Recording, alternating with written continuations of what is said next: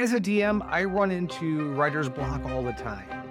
Well, the guy who I'm interviewing today, also named Mike, created something to help us with that. Contained in this compendium are 5+ amazing one-page one-shots. And they include NPC names and monsters and maps, all the things that you need to go ahead and create an amazing adventure. If you're interested in that, he has another project coming out that's all about goblins. Probably the most comprehensive goblin work I've ever read. So stick around. That interview starts now. Hey, Mike, how are you? Pretty good. Thanks for having me. Of course. So Chaotic Chronicles, is that the brand or the Yeah, publisher? yeah. Okay. That's our label, and Okay. we pretty much have. I think we have a 8-man team, 9-man team now. Yeah, so we do quite well putting out content. We have to keep up with the content and putting it all organized and Yeah. getting it all together and everything. It went from very small from to me. I started with my kids. It's just like from COVID, and I didn't really start picking up D&D until probably 2018, I believe. Mm-hmm. And then from there, I got back. I was actually deployed overseas, and I started reading it. And then as COVID hit, I have 3 little girls, and we like to play board games. So I was like, and they like to play pretend. So I was like, man, you know what? I think I have something for you guys. I can actually enjoy. You guys can enjoy. We'll Right. meet in the middle. And we've been playing D&D since then. And have our nephews. They come in and they play when they can. So it actually went from there. And then as they got older, and we couldn't really play too much because one was at the time one was a senior or two of them were seniors about to graduate. The other ones were getting into sports, and the younger ones. So old dad and uncle was kind of stuck here because I'm retired now. So I have my marketing agency, but you don't have to work every day. Sure. And so I was just like, well, what am I gonna do? So I started writing these things. I had some friends tell me to start writing them up more. And then after that, one friend was like, man, you should probably start selling this stuff. I was like, I didn't think anything about it. And I had published one, and it sold. I was like, huh. So I was like, hold on, let me backtrack. Let me make a label. Let me try to do something more organized than just kind of like shotgun blast everything. And from there, it kind of just started building up. And I had a friend of mine online. We had just met on a Facebook group, and we had stuck together just off and on. And I told him, I was like, man, I need help because I'm not very good at balancing and all that other stuff. And he had, he was like, yeah, sure, let's do this. We kind of just it wasn't even like we weren't really taking it serious as Mm-hmm. much as we did. And as I started doing it, the beginning of last year is what really like hit me. I was like, man, like I can't be playing around with this stuff anymore. Like I need to fully charge and just head on, build this thing up. Sure. And I even took my marketing agency and kind of slowly in this past year, slowly moving it towards the TTRPG gaming geek culture Mm-hmm. community. And because I'm like, well, if I'm already working over here with my label, might as well bring the agency over as well. It kind Yeah. of helps out. And then plus on top of that, there's a lot of creators that don't know what they're doing when they try to get their Kickstarter up and their crowdfunding and just even running their business and stuff. So I'm like, okay, I can at least like, provide our services to make sure that they are taken care of as well. Yeah. And Absolutely. so from there, like we kind of did that, and we started a Discord just for me and him to kind of organize our stuff. And then I started noticing the other creators were wanting to connect. A lot of creators did not. Like they're very secretive. They want to stay behind their wall and not share their secrets. And other ones are drowning. Like they're like, hey, they need help. Mm-hmm. They want to be able to network out. So I created our community, which is now it's a worldwide community, Dungeon Scribe Society. A bunch of creators from everything from TTRPG creators to podcast hosts, YouTube streamers, music artists, musicians, poets, you name book writers, authors. They like everybody's in this community, and we've actually started making our own bi-monthly newsletter to help Okay. expand the exposure for these creators. And it's free. We built it up like we're doing it all because we love this community. Mm-hmm. Um, this past issue, I actually interviewed Professor Dungeon Master. I became pretty good friends with him, and he did the interview with us. And so this past issue, he's actually in our issue. It's really cool. I learned a lot from him and learned a lot about him as well. So it's really Right. cool. Well, how do people find this community you built up? Well, at first it was just me seeking out other creators. And now it's a Patreon page. We have a Patreon page, so you can look up Dungeon Scribe Society. So you can do the Patreon page, and if people are interested in actually joining, then they can actually reach out to us and we can talk to them. I usually try to make sure that the person that actually wants to join is actually a team player, and not just trying to be selfish about it. Sure, We've sure. we had several hundred at one time members, and we had to start cutting cutting them out because it became so toxic, and that was not what we wanted when Right. the founding members.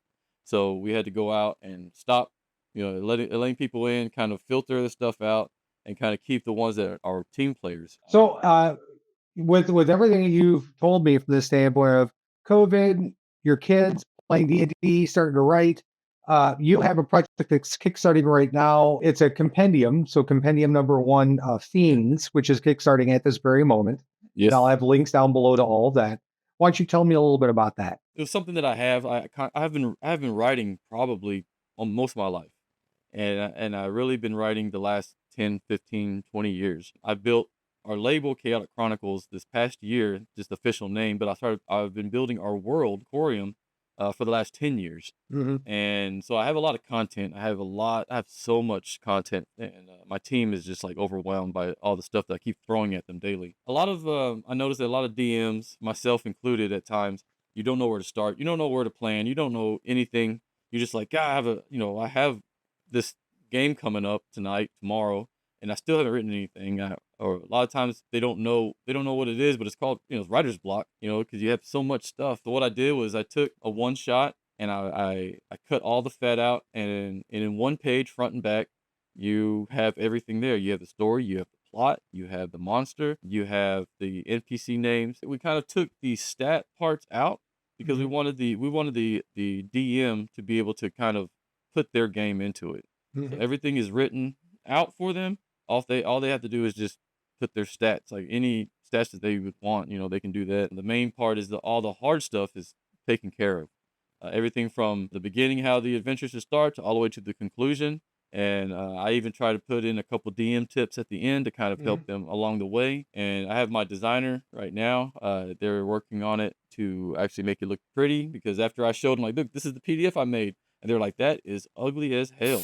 Like, what were you thinking? And I was like, I don't know. It's amazing, right? And they're like, no. So, so they're working on that. It's all written out. I even actually written out all the stretch goals just in case we do reach them. We have that. We actually have a few maps. They're very basic style map. The way I kind of I write it out to the way I play as well. My favorite thing is to do is I have a map, and on the table we use miniatures because I have kids, and I a lot of times I use a dry erase marker. I have a big Hmm. grid style map, and I draw it out, and we have walls and doors and stuff. And that's the way that these maps are kind of made. It's a basic style map. The DM can kind of add to it, subtract from it, but the main purpose is that we wanted to keep the cost low, and we wanted to provide more than what they're expecting for the most Sure. part. Well, I mean, from the standpoint of the compendium, how many of those one shots do you have in there? As of right now, just the base itself, there's 5 of them, and then as they go up, with stretch goals, there should be, I wanna say, if we do the stretch goals right, there'll be 12 Okay. altogether, and on top of that, there's a higher tier, so you just have 5 one shots. We have one that's just $5, and that's it. You get all 5 of them, that's it.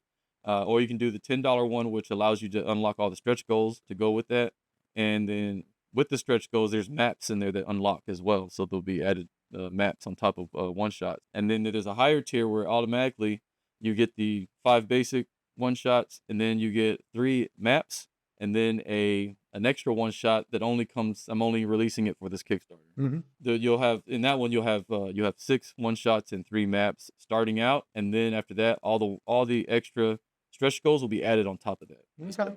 well. All right. Um, so I mean, I try my theory and my way that I like to work is overproduce. So I like to tell my guys, I'm like, hey, overproduce, and because if in the end, people are going to keep coming back because the way we overproduce, and that's the way we work. And my Sure. guys You are can definitely chop it all up and segment it out and have a product Yep. for a long time to come. So Hmm. that's good. So that is what is kickstarting right now. You have a very interesting module that is coming out. Is that the case? Yes, coming out next month. Okay, and what's the name of that one? Scum Among Us. Hmm. It's a Goblin's Guide to Murder and Mischief. Yes. Mm. So this is interesting because from the standpoint of this module, are you playing goblins? You don't play goblins. It's so pretty much think of it as an entire theme based around goblins. Hmm. There is goblin races. We do have the goblin races. We do have goblin backgrounds, goblin spells. So if you do want to create a goblin, then yeah, definitely, you can. The stories are based off of the goblin tribes around you. There's two adventures. It started out I had written before I had formed a team. I had written out this adventure, Hmm. and as I did it, it was kind of broken up into segments, smaller, kind of like how I run my games. You get to the end of that level, you're like, yay, and then you get your reward, and you kind of move on, and at the very end, you get the bad guy. Well, as I built the team, these guys were like, hey, this is cool and all, but we can definitely these right here, we can actually grow these into like bigger adventures. Hmm. I'm like, all right, you guys are definitely smarter than I am, that's for sure, and they can write these things out way better, and they had taken what I created into pretty much one adventure, had smaller modules inside of it. They created two huge adventures, and we couldn't decide which one to put, so we were just like, let's put both, man. Like, Hmm. let's do this. I had two different writers, and they had done it, and we what they did was kind of genius. I had left them alone for a couple days and came back, and they had worked it out with among themselves. And they're like, okay, his is going first, and this is like starting out at like level 5 or so. And then at the end, if they choose to finish or move on to the next one, they'll be level 9 or whatever it is. It can be two separate adventures completely, or they can be joined together. And the way they did it was genius. I was like, man, I'm glad you guys did it because I did not think of that at all. They had done that. They had taken a lot of what I did and made it better. Like I'm super proud of the work and the effort they put into it. I like the idea of the goblin stuff because, again, there's not a lot really written about Nah. goblins as far as history and backstory and things like that. And you've really kind of fleshed it out and fleshed out their world. And I think it's going to be interesting, especially from the standpoint of if somebody turns this on its tail and actually decides to do a goblin group. Hmm. You Yeah. know, Yeah, so it'd be really cool. Like we have my guys have really like created some really cool things. Like as this stuff that they're like, hey, check this out. I'm like, holy crap! Like where did you guys get this from? sure. They're like, I was just sitting around last night and thought about. I'm like, okay, cool, yeah. So I mean, I really enjoyed just reading it half the time. Just some of the stuff they come up with, and then I would sit around like making spells and material for them and whatnot. And now the language. So it's all it's all in there. We just now we have to put it all in, edit it and Hmm. organize it. Yeah, yeah, make it readable for everybody Yeah. else. Yeah. 'Cause, in your head, it makes perfect sense, but you got to get Oh, yeah. underneath where everybody else understands that. Oh, yeah, definitely. Sometimes I give it to my guys and they're just like, "What does this mean?" I'm like, "What are you talking about?" It's clear as mud. Yeah. Nope. Yeah, that's awesome. We had an official Chaotic Chronicles playtest team for our Discord, and they played it out. It was probably about 10 weeks worth of play for the entire thing. They had to Mhm. chop it up and do faster. Playtest group was awesome. They did it. I was completely hands off. I didn't. I know I was like, I'm not going to sway you guys into any way. You guys fix it however way you want, because as a player, we need their feedback as well. Mhm. At the end of each session, they brought it to me and they told me like what was going on, and we fixed it, and they went back and played the next week, and they did it like that until they finished both adventures, and that was really cool, like the way they really did that. From The the aspect of the goblin culture, you've done a lot to kind of expound on kind of the mythology of not only goblins but hobgoblins, Mhm. their relationships with each other and their hierarchy. I think it's probably the most extensive goblin work I've ever seen. Yeah, I'm actually working on a goblin language right now. Be right up there with Klingon. Yeah, yeah, like it's called Scav. Like I was really trying to work on that, try to find some lost languages, and the one that I liked the most was a lost language. They still use it today, but it's a very lost South African tribal language, Mhm. and it's what I would think that a goblin. I did it, and I kind of converted it, and then after converting it, you go back and rewatch it again. It was a pain. It was a lot more work than what I thought and expected when I was making Reading a it. language. That's what Yeah. you want. So I have that. So that's going to be in there as well. And then the goblins, our world is a little different. So Aquarium for Chaotic Chronicles is when I built it. I'm a huge He-Man fan because I'm a baby. I'm an 80s baby. So He-Man was my role model growing up. So Eternia, I took Eternia and turned it grim dark. And then I took H.P. Lovecraft, one of my favorite authors, and I threw him in that world and I made Aquarium. That's why Eternia, Aquarium, kind of Mhm. real. Yeah. And then then I have this world, and the world is being torn apart by rifts. So it's ever changing, it's evolving, it's mutating. There's this chaotic energy. The gods are dead, but they're kind of awakening as somewhat. So it's kind of like a mad world in a way of, but a lot of times the players don't really realize that. They don't really know what's going on the outside. It's more of like the DMs type world. These rifts and whatnot. We have the goblins. There's different types of goblins as well. There's goblins. The goblins are smaller. They're a smaller style.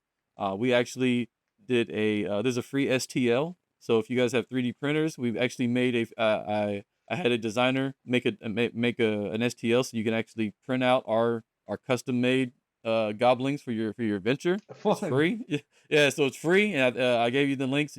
All the listeners can get it as well. Yeah. Uh, I'm actually I'm actually going to be printing that out this week myself. So, and with that, we had different types of different goblins and orcs and hobgoblins, and we wanted to kind of like start building our world out. So, I'm more of a world builder from you start at your town and work your way out. Like Sure. I don't like to build the entire world. I want to go from the ground up and build it that way. So I have over 200 pages of lore of just my world. Sure. And Yeah, that's my awesome. guy, yeah, my guys are just like, there's no way we could put this in one book. I'm like, well, let's figure this out. Break it up. Yeah, When D&D did it for second edition, where they had all those miniature compendiums, like the castles and the halflings and the drow, and so I mean, you could always bring up in a smaller chunk. yeah. So that's what we're doing. We're starting off with goblins right now. We're almost done completely. We had some special guests, make some content for the book as well. Hmm. The popular podcast, Manticore, Hmm. the creator, he actually threw in some material to kind of blend in his world in with our stuff as well. Yeah, So I it's think really I cool. interviewed him years ago. Yeah, so yeah, it's really cool. John, me Yeah, and John have John's been great. friends. Yeah, me and John have been friends for quite a while. He actually came on our podcast show, SideQuest. He was on Nice. we just released that episode, I think last week. So we have different creators on top of that. We actually have the CEO and the head writer of the Lone Wolf book series. Remember Hmm. those back in the day? Oh yeah, They're actually writing the forward for our book. Um, nice.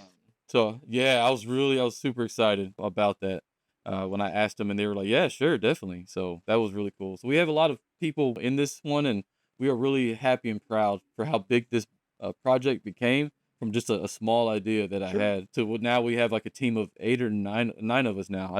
We just signed on a new cartographer and a voice actor to go go along in our label. Awesome. Yeah, it sounds like you guys are booming. So Yeah. I will have links down below to the current Kickstarter campaign and information as to how to get everything Goblin in your hands when that gets released. And Mike, I appreciate you coming on and sitting down with me. I wish you the best of luck, and I can only imagine the great things to come. Thank you very much for having me. It was a pleasure being here. Absolutely.